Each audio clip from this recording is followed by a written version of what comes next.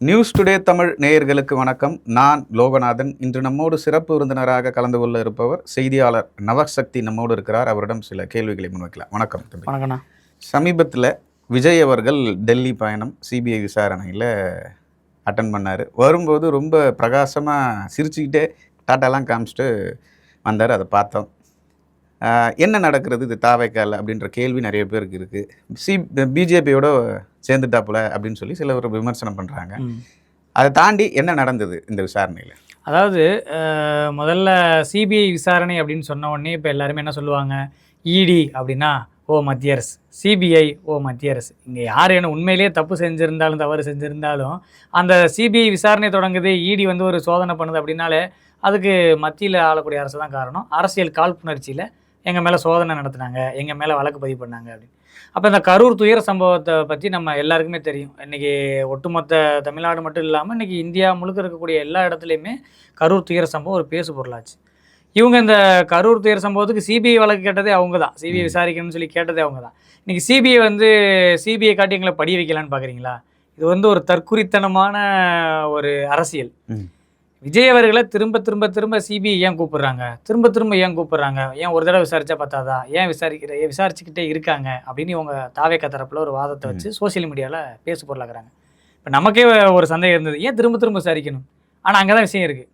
இப்போ என்னென்னா அவங்களுக்கு விடை கிடைக்க வேண்டியது என்னென்னா, அங்கே தாவேக்காவில் நீங்கள் சோசியல் மீடியாவில் நம்ம ஊடகங்கள் எடுக்கப்பட்ட காணொலி சோசியல் மீடியாவில் வந்துருச்சு, செய்தி வாயிலாகவும் வந்துருச்சு, ஊடகத்துலேயே வந்தது போக சோசியல் மீடியாவில் வந்துருச்சு. ஆனால் அது போக நீங்கள் உங்கள் தரப்பில் நீங்கள் போட்ட கேமராவிலேருந்து எடுத்த விஷுவல், எத்தனை மணிக்கு நீங்கள் எடுக்க ஆரம்பிச்சிங்க, எப்போ வண்டி வந்தது, அதுலேருந்து உள்ளே இருக்கக்கூடிய அந்த ஃபுட்டேஜ் எல்லாம் வந்து கேட்டிருக்காங்க. இவங்க என்ன பண்ணியிருக்காங்கன்னா சில ஃபுட்டேஜ்களை மட்டும் மறைச்சதாக சொல்லப்படுது. டெலீட்டே பண்ணிட்டாங்களாம்.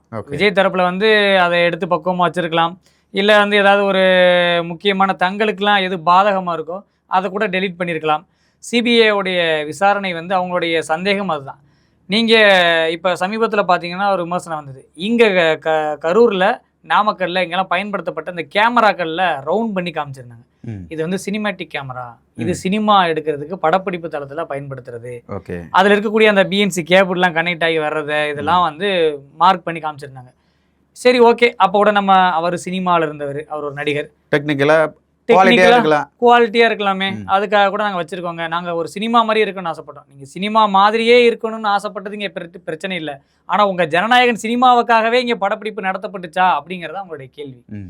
முழுக்க இது வந்து இந்த கூட்டம் வந்து உண்மையிலேயே தானாக ஒரு விபத்து நடந்து தானாக வந்து ஒரு கூட்ட நெரிசலில் வந்து இறந்து போனாங்களா, இல்லை திட்டம் போட்டே உங்களுடைய தனிப்பட்ட அரசியல் ஆதாயத்துக்காக, உங்கள் திரை கவர்ச்சிக்காக, திரை போதைக்காக அந்த மக்களை வந்து தெரிஞ்சே நீங்கள் பலி கொடுத்தீங்களா அப்படிங்கிறதான் சிபிஐ அவருடைய விசாரணை. ஏன்னா அதுக்கு சாதகமான சூழலும் இருக்குது விஜய்க்கு, அதில் பாதகமானது இருக்குது. நான் வந்து நீங்கள் இத்தனை மணிக்கு கிளம்புனீங்க, இத்தனை மணிக்கு போகணும், அதுக்கு வந்து விஜய் அவர்கள் வந்து என்ன வேணால் தரப்பில் வந்து நீங்கள் விளக்கம் கொடுக்கலாம். நான் எப்படி லேட்டாக போனேன், நான் தனி ஃப்ளைட்டில் போனாலும் என்னுடைய அது ஏதோ நீங்கள் சொல்லிடலாம். ஆனால் சம்மந்தப்பட்ட இடத்துல சம்பவம் நடந்தப்போ பதிவான அந்த காட்சிகளை நீங்கள் கொடுக்குறதுல உங்களுக்கு என்ன தயக்கம்? சரி, காழ்ப்புணர்ச்சியில் கேட்குறாங்க, அவங்க வந்து மத்திய அரசு உங்களை வந்து பழி வாங்குது, கூட்டணிக்கு வர சொல்லி இது பண்ணுறாங்க. அவ்வளோ ஒன்றும் ஒருத்தலாம் கிடையாது. இவங்க ஒன்று இவரே கடையை விரித்து ஆட்சியிலையும் பங்கு, அதிகாரத்துலேயும் பங்குன்னாரு, ஒருத்தரும் போகலை.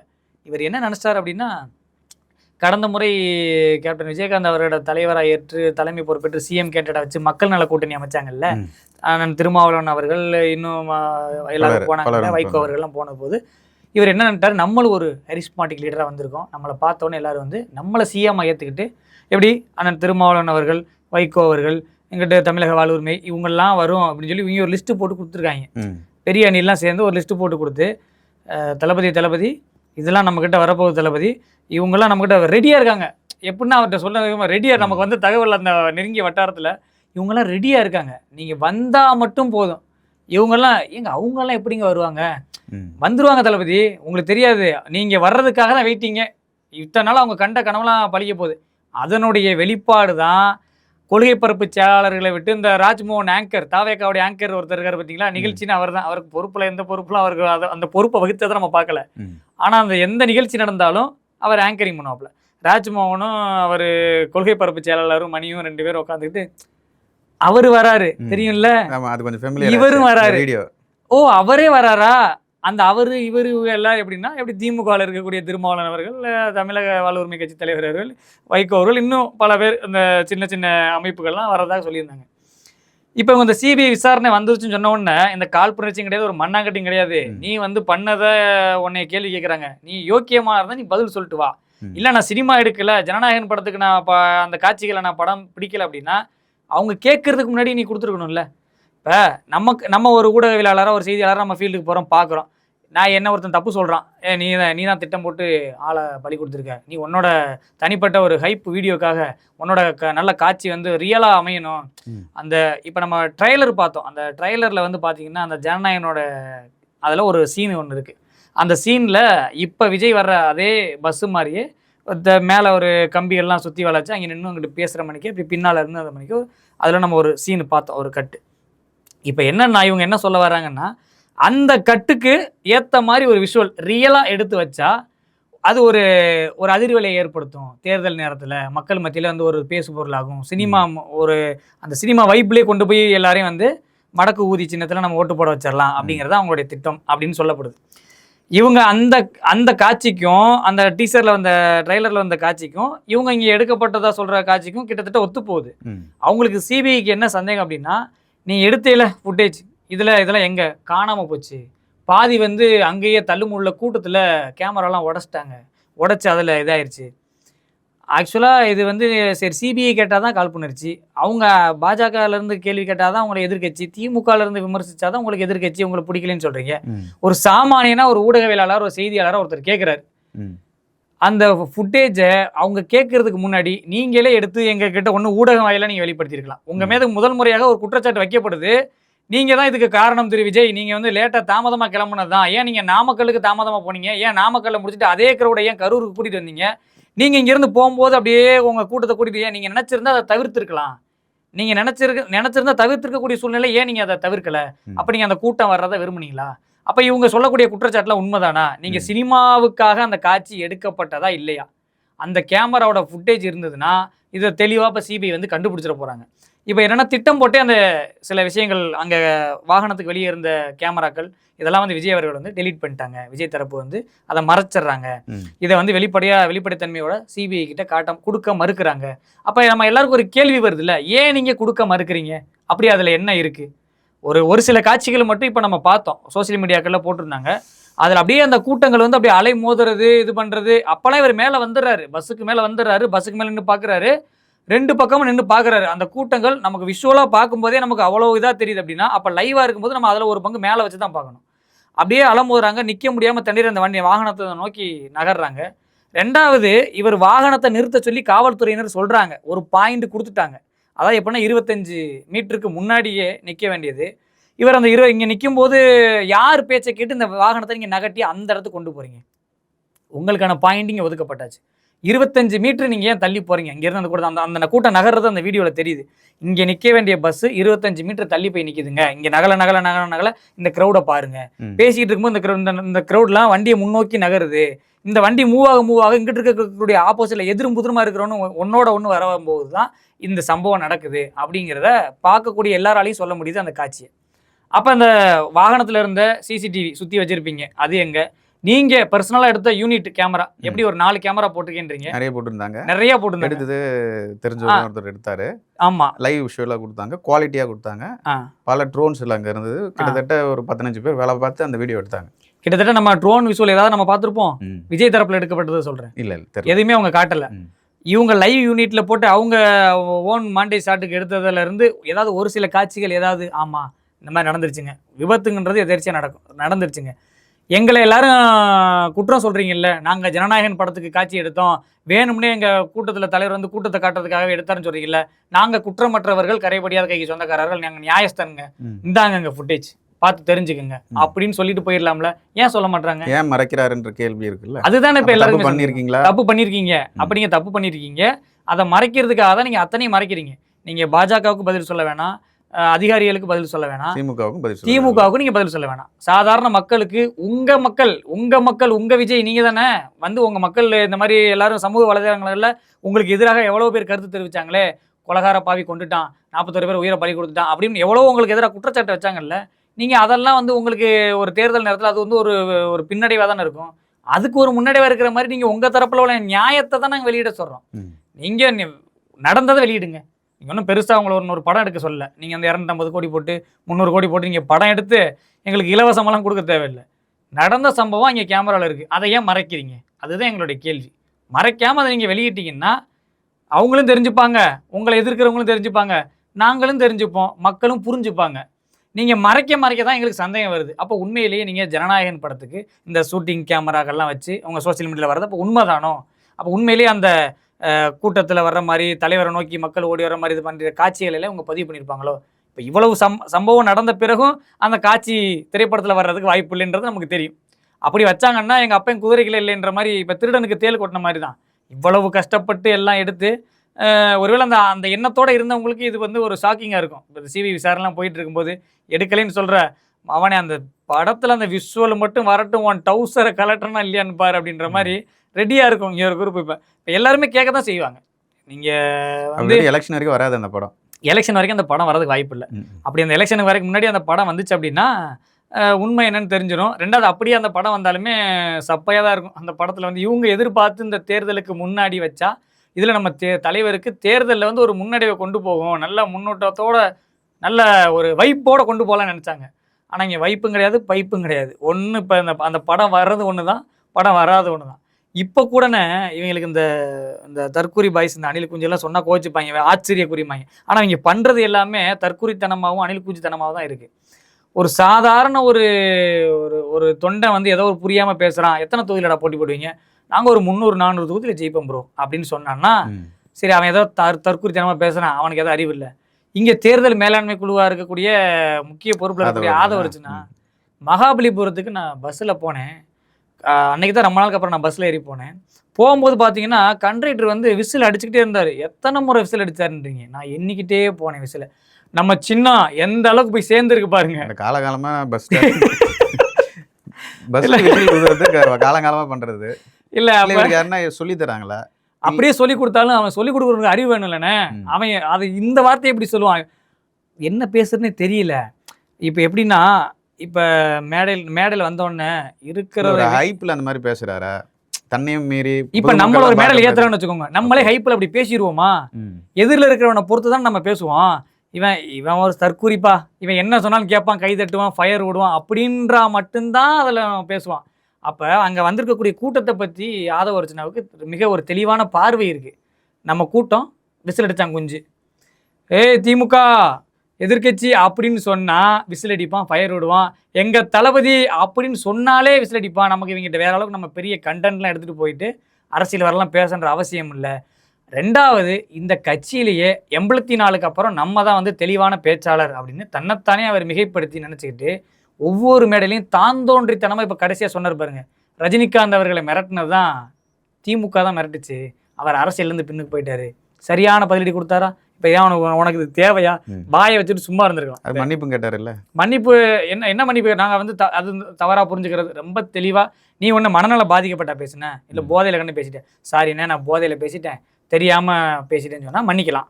நீ தெரிஞ்சே ஒரு விஷயம் கண்டுக்காக பேசுகிறதுக்கு எதுக்கு மன்னிக்கணும்? என்னன்னா ஒரு எதிர்ப்பு வராதுன்னு நினச்சி நீங்கள் பண்ணுறீங்க, ஆனால் அதுக்கு அதை விட பயங்கரமாக எதிர்ப்பு வருது. ஒவ்வொரு விடயத்துலையும் நீங்கள் உள்ளே போகும்போது அவர் சரியான ஒரு பதிலடி சொல்லிட்டார். சூப்பர் ஸ்டார் அவர்கள் வந்து காலம் பதில் சொல்லாது காத்திருந்து பதில் சொல்லும். தம்பி விஜய், அரசியல் வரப்போது, நீ எலெக்ஷனில் நின்றுட்ட வந்துடுவ, இன்னி கொஞ்ச நாள் உனக்கு அந்த காலத்தில் பதில் சொல்லும் அப்படின்றத அம்மன் ஜல்லிக்கு பெறாத உனக்கு ஒரு ஓட்டு நீ வாங்க மாட்டேன், என் ரசிகர்கள் உனக்கு ஒருத்தன் ஓட்டு போட மாட்டேன், உன்னை அடித்து காலி பண்ணுறேன்னு சொல்லாமல் சொல்கிறதுக்கு தான் அந்த அறிக்கையே. அப்போ உடனே இவர் போய் மறுநாள் போய் ஆதவர்ஜுனா போயிட்டு அப்படியே மன்னிப்பு கேட்குறாரா இது பண்ணுறா? ஏன் இப்போ புத்தி வந்துருச்சா? ரெண்டே விஷயம், அன்னைக்கு நான் புத்தி இல்லை, இன்னைக்கு எனக்கு புத்தி வந்துருச்சு. இல்லை எனக்கு இன்னைக்கு புத்தி வந்துருச்சு, அன்னைக்கு எனக்கு நான் புத்தியோட தான் பேசினேன், மன்னிச்சுக்கங்கன்னு சொன்னால் ஓகே. எதுவுமே இல்லாமல் சும்மா இது பண்ணுங்கன்னா அந்த கட்சியே இப்படி தான். தினமலரில் ஒரு ஆர்டிக்கல் ஒன்று போட்டிருந்தாங்க. த்ரிஷா அவர்கள் மும்பையில் அமித்ஷா அவர்களை சந்தித்து பேசினதாகவும் கட்சியில் இருக்கிற எல்லா பிரச்சனையும் இனிமேல் சால்வ் ஆகிடும் அப்படின்றத செய்தி வெளியாயிடுச்சு. இதை எப்படி பார்க்குறீங்க? அண்ணா மீம்ஸ் எல்லாம் போட்டு டெய்லி இதாவது பரவாயில்லவங்க இங்கே வந்து ஒரு பெண்மணி பாதிக்கப்பட்டாங்க. இன்னைக்கு அவங்க ஒரு ஈழத்தமிழர். இவங்க வந்து அவங்க கேட்குறாங்க, நான் வந்து விவாகரத்து வாங்குற வரைக்கும் நான் அந்த வீட்ல இருக்கிறதுக்கு என்னைய அனுமதிக்கணும். அவங்க முன்னாடியே சொல்லிட்டாங்க. அவர் ஒரு சைக்கோங்க. என் கணவர் ஒரு சைக்கோ. சைக்கோத்தனமா என்னைய மன ரீதியாவும், உடல் ரீதியாவும் என்னை வந்து தொந்தரவு பண்ணிட்டாரு. அதனால நான் பிள்ளைகளுடைய நலன கருத்தில் கொண்டு தான் இத்தன நாளா நான் விவாகரத்து கேட்காம இருந்தேன். இப்ப நான் விவாகரத்து கேட்கறதுக்கு என்னோட தனிப்பட்ட உரிமைன்னு சொல்லிட்டாங்க. ஆனா இந்த இந்த வாரியர் வச்சு இந்த அணில் வாரியர்ஸ் எல்லாம் சேர்ந்து, அந்த பெண்மணி மேல போய் சங்கீதா மேல வந்து சேத்த வாரி இறைச்சாங்க. சரி, ஓகே. இதாவது ஒரு பக்கத்து அவங்க ஏதோ குடும்ப பிரச்சனை, இது ஒரு தனிப்பட்ட விஷயம். யாரும் கருத்து தெரிவிக்க வேணாம், பேச வேணாம்னு அப்போ வரை எல்லாரும் பொறுமையா தான் இருந்தாங்க. யாரும் சமூக வலைதளங்கள்ல பேசல. எப்ப நீங்க சங்கீதா அவர்கள் மீது வந்து நீங்க அவதூற வீசுறீங்களோ, நான் பார்த்துக்கலான்னு சொல்றீங்களோ, அதற்கு ஏத்த மாரி ஒரு கட்சியுடைய தலைவர் அரசியலுக்கு சினிமாவுல இருக்கிற வரைக்கும் சினிமாவுல சகசம். ஒருத்தர் 2 பொண்டாட்டி கட்டுவாரு, 3 பொண்டாட்டி கட்டுவாரு. அந்த ஒரு அணில் குஞ்சு பைத்தியம் சொல்லுச்சே, அவங்க இந்த இவங்கலாம் 10 பொண்டாட்டி வச்சிருக்காங்க, அவங்க 10 பொண்டாட்டி வச்சிருக்காங்க. எங்க தளபதி எத்தன பொண்டாட்டி வேணா வச்சுப்பாரு அப்படின்னு. அந்த மாரி ஆள் இருக்கிற வரைக்கும் அவர் எத்தனை பொண்டாட்டி வச்சுக்கலாம். அது அவர் விஷயம்.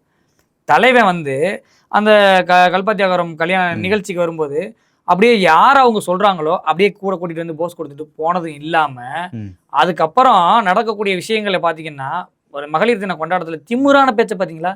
என்ன திமிரு உனக்கு? பார்க்குறவங்க ஃபுல்லா அந்த அந்த திமிரு தெரியுதா? ஆ எல்லாரும் ஃபீல் பண்றீங்க. சின்ன சின்ன பிரச்சனைலாம் வச்சுட்டு இருக்கு. அதெல்லாம் ஒண்ணும் ஒர்த்தே இல்ல. நான்லாம் ஃபீலே பண்ணல. நீங்க ஏன் ஃபீல் பண்ணணும்? ம். நீங்க எதுக்கு ஃபீல் பண்ணணும்? உங்கள நம்பி வந்த ரசிகர்கள் தான் ஃபீல் பண்ணணும். உங்கள நம்பி வந்து உங்க தலைவர் இப்படி பண்ணிட்டாரே, உங்க தலைவர் வந்து வப்பாட்டி வச்சிருக்காராம்ல அப்படின்னு கேட்கும்போது, ஒரு அணில் குஞ்சு தான் ஃபீல் பண்ணணும். உங்களுக்கு அந்த ஃபீலிங் ஏது? களத்துக்கு வந்தா தானே விஜய் அவர்களுக்கு தெரியும். மானம்னா என்ன? சூடுனா என்ன? சொரணைன்னா என்னன்ட்டு. 4 செவத்துக்குள்ள உட்காந்துக்கிட்டு கமெண்ட்ஸ பார்த்துட்டு, இதுதானே அப்படின்னு. களத்துக்கு போற அணிலுக்கு என்ன நிலைமை?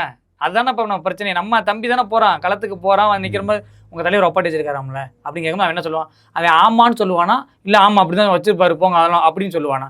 இப்ப அதுக்குள்ள நீங்க சொன்ன மாரி திரிஷா அவர்கள போய் இப்ப நீங்க அந்த மீம்ஸ் வந்துருச்சு.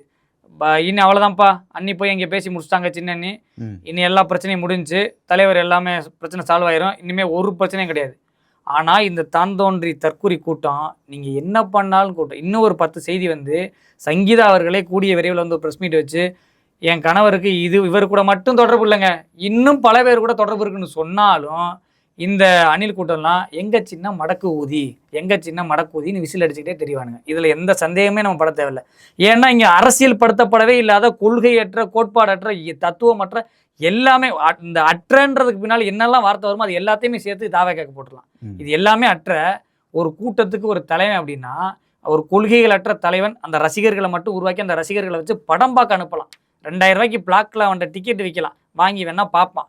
இப்போ வந்து நீங்க எங்க சின்னண்ணி ஒருத்தன் போடுறான் கமாண்டு, தாலி கட்டுவது உறுதி. தேதி பின்னர் அறிவிக்கப்படும். அதுக்கு அத ஒரு செய்தியா ஆக்கி ஒரு பேசு பொருளாக்கி நான் பார்த்தேன். அது உண்மையா என்னன்னு தெரியல. ஒரு முன்னணி நிறுவனத்துல ஒரு செய்தி போட்டிருக்காங்க.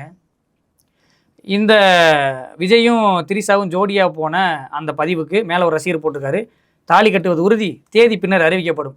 அதுல போய் லைக் பண்ணியிருக்காங்களாம் திரிஷாவுடைய அம்மா. ம். அத எடுத்து ஒருத்தன் போட்டிருக்கான். அப்புறம் அத டெலீட் பண்ணிட்டதா சொன்னாங்க. அது செய்தி உண்மையில என்ன? நானு ஏன்டா அப்படிப்பட்ட பத்தினி தாயா ஒரு பத்திரம் பார்த்த தங்கமா அவங்க அம்மா அப்படின்னு நான் நினைச்சு ஆச்சரியப்பட்டேன். அது எந்த அளவுக்கு உண்மைன்னு தெரியல. உண்மையிலேயே அவங்க போட்டிருக்கலாம். இல்ல அவங்க போடாமல் இருந்திருக்கலாம். ஆனா இவங்க எதுனாலும் ஏத்துக்கிற மனநிலைக்கு வந்துட்டாங்க. இவங்களுக்கு தமிழக அரசியல பத்தி கவலை இல்ல. இந்த திமுக ஆட்சியில இருக்கக்கூடிய குறை நிறைகள சொல்றதுக்கு தயாரா இல்ல. அதிமுக ஆட்சியில இருக்கக்கூடிய குறை நிறைகள சொல்றதுக்கு தயாரா இல்ல. நாம் தமிழர் கட்சிய பத்தி பேச தயாரா இல்ல. எங்களுக்கு எந்த கட்சிய பத்தியும் கவலை இல்ல. எங்களுக்கு எதுவுமே தேவையில்ல. தளபதி, தளபதி. எங்களுக்கு தளபதி தான் முக்கியம். எங்க தளபதி என்ன சொல்றாரோ நாங்க கேட்போம். அவர் என்ன நான் எதுவுமே இல்ல. சும்மா கை தட்டுறாங்க. கொள்கை என்ன செய்ய போறோம்? ஏது? எதுவுமே இல்ல. வந்தோன்னே தனியா வந்து அஞ்சலை அம்மாள் நீதிமன்றமா? எந்த நீதிமன்றத்துக்கு யாராவது தனியார் நீதிமன்றம் வச்சு பேர் வச்சு நம்ம ஏதாவது கேள்விப்பட்டுருக்கோமா? அது சாத்தியம் இருக்கா? அது ஒரே வார்த்தையில சொல்லிட்டாங்க கீழ. இப்ப முதல்ல ஊர்ல இருக்கிற பெண்கள் பிரச்சனையில தீர்க்கிறதெல்லாம் இருக்கட்டும். முதல்ல உன் குடும்ப பிரச்சனைய தீர்த்துட்டு வாப்பா. முதல்ல உன் பொண்டாட்டி பிரச்சனை, உன் வீட்ல இருக்கிற பெண்கள் பிரச்சனைய தீர்த்து வச்சுட்டு, அப்புறமா வந்து ஊர்ல இருக்கிற பெண்கள் பிரச்சனை தீருங்க அப்படின்னு. ஸோ இந்த சிபிஐ வழக்க பொறுத்தளவுல நம்ம வந்து கூடிய விரைவில அடுத்த கட்ட விசாரணையில நம்ம என்ன பார்க்கலாம் அப்படின்னா, விஜய் அவர்களுடைய கிடுக்குப்பிடி விசாரணையில மறைச்சு வைக்கப்பட்டிருக்கக்கூடிய இந்த டெலீட் பண்ணதா சொல்லக்கூடிய இந்த கேமரா ரகசியங்கள்லாம் வெளிவரணும். ஒண்ணு ஒண்ணா இந்த சினிமாட்டிக் கேமரா எடுக்கப்பட்ட ஃபுட்டேஜ் எங்க? வண்டியில வாகனத்தில பொருத்தப்பட்ட அந்த சிசிடிவி கேமரால உள்ள ஃபுட்டேஜ் எங்க? இது எல்லாத்தையுமே எடுத்து முறையா விசாரணை பண்ணணும். இத அம்பலத்துக்கு கொண்டு வரணும். இத தேர்தலுக்கு முன்னாடியே இந்த மக்கள் மத்தியில இத வெளிச்சத்துக்கு கொண்டு வரணும். அப்பதான் இந்த சினிமா முகத்தில இருக்கக்கூடிய இந்த தற்கூரி கூட்டத்துக்கு புத்தி வரும்ன்றேன். இப்ப 41 உயிர்களுக்கு நீங்க அதிருப்தி தெரிவிக்கிறீங்க, கவலை தெரிவிக்கிறீங்க. இந்த உண்மையான வீடியோக்களை பார்த்தா தான் உன் தலைவன் எப்படிப்பட்ட தலைவன் அப்படிங்கிறது இந்த மக்களுக்கு தெரியணும். இதை தெரிய வைக்கிறதுக்காக இப்போ நம்மளை போன்றவர்கள் நம்ம தொடர்ந்து இதை பேசணும்.